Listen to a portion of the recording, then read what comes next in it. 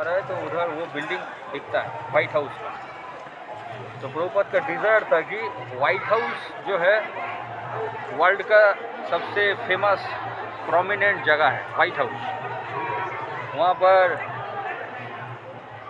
बड़े बड़े लीडर्स लोगों का उधर मीटिंग होता है। वर्ल्ड के सब बड़े बड़े प्रेसिडेंट प्राइम मिनिस्टर आके वहाँ पर मीटिंग करते हैं। तो वाइट हाउस में घुसने के लिए सब इंतज़ार करता है।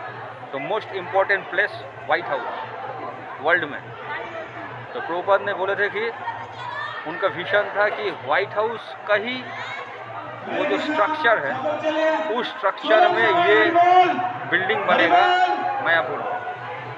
तो उसका जो स्ट्रक्चर में ये मायापुर में ये बिल्डिंग बनेगा, इसीलिए ऊपर वाला जो डोम का स्ट्रक्चर है और वाइट हाउस का जो स्ट्रक्चर है ऑलमोस्ट सिमिलर। मतलब वाइट हाउस का जो स्ट्रक्चर देखा ऐसे ही डोम शेप ऊपर ऐसा डोम है, उसी का शेप में ये बिल्डिंग का स्ट्रक्चर।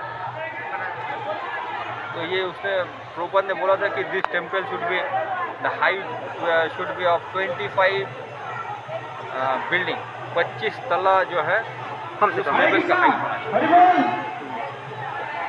इसीलिए उस लेवल का ये स्ट्रक्चर बनने है। पहले शायद इसका प्लानिंग था 700 फीट का, 700 फीट और 700 मीटर।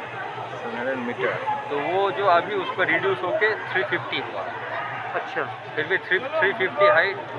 इधर का जो तुम्हारा वो जो ऊपर का जो डोम बना है तो डोम का है सेकेंड कैंटो श्रीमद् भागवतम में जो यूनिवर्सल स्ट्रक्चर दिया हुआ है 14 प्लैनेटरी सिस्टम। तो साइंटिस्ट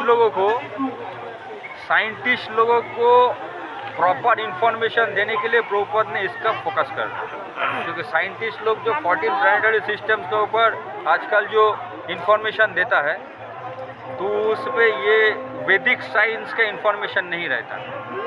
इसलिए सेकेंड कैंटो में जो 14 प्लैनेटरी सिस्टम से मिडिल पोर्शन में अर्थ, उसका नीचे में दूसरा प्लैनेटरी सिस्टम, उसका अपर में जो दूसरा प्लैनेटरी सिस्टम है उसका मुताबिक से कि पूरा वर्ल्ड से लोग आएगा, इंटेलेक्चुअल क्लास साइंटिस्ट लोग भी आएंगे, फिलोसोफर्स लोग आएंगे और वो ये स्ट्रक्चर देखे वो कन्विंस होगा कि ये this is according to the Vedic system, this is the universal structure.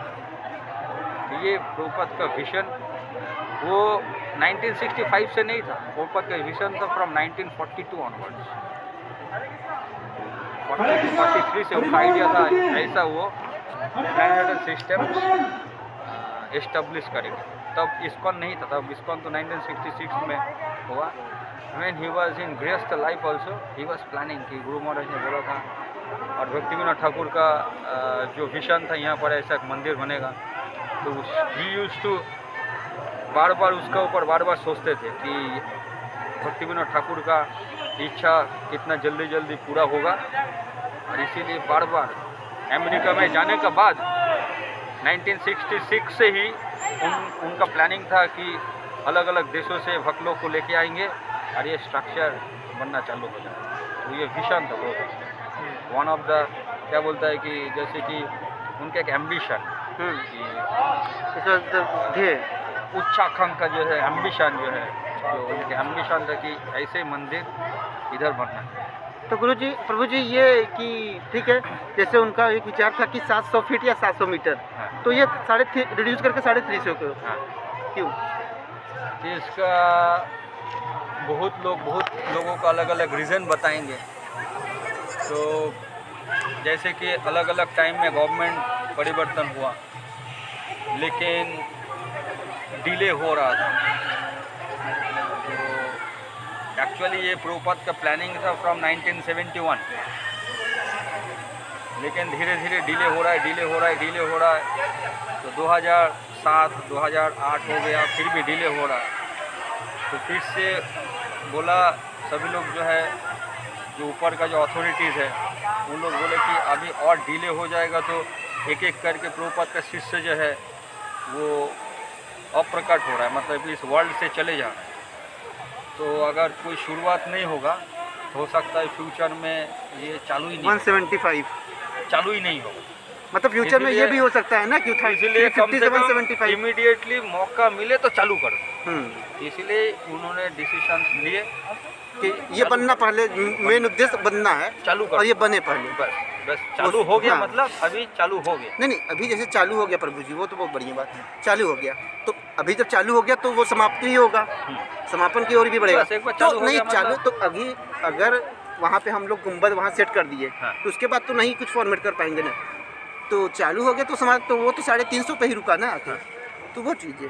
तो वो है, तो मेन मकसद है कि वो तो एक रीज़न है, और सेकेंड है कि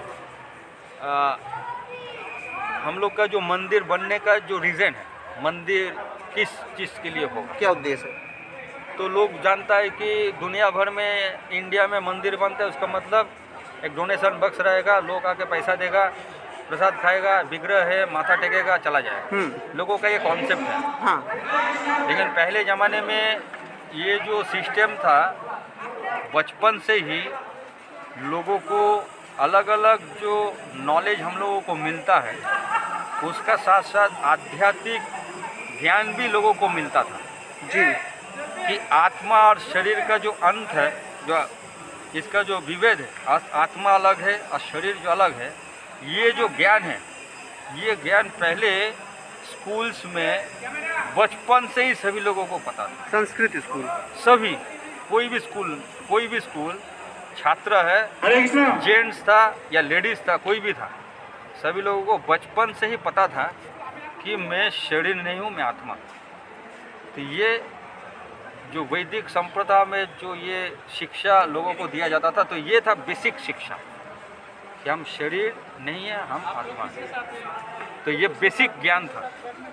लेकिन वर्तमान युग में क्या हो गया, काल का प्रभाव से धीरे धीरे करके ये आत्मा का जो कॉन्सेप्ट, जो नॉलेज है, इसको क्या कर दिया,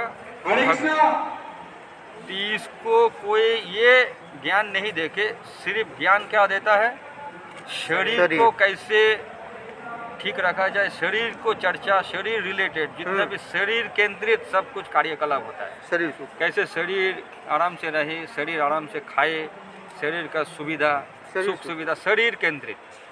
लेकिन वो जो हम लोग को वैदिक संप्रदाय में जो दिया हुआ है कि आत्मा और शरीर का जो अंतर है, शरीर तो एक समय न एक समय समाप्त हो जाएगा, लेकिन आत्मा का समाप्ति नहीं होता। आत्मा क्या होता है, फ्रॉम वन टू अनदर। एक ये आज हम ये शरीर प्राप्त किया, ये शरीर चला जाएगा तो दूसरा शरीर चले हमको प्राप्त होना था। उसका ज्ञान हम लोग किस में पता चल रहा है, एक समय में सभी हम लोग, हाँ हाँ हाँ, नहीं नहीं नहीं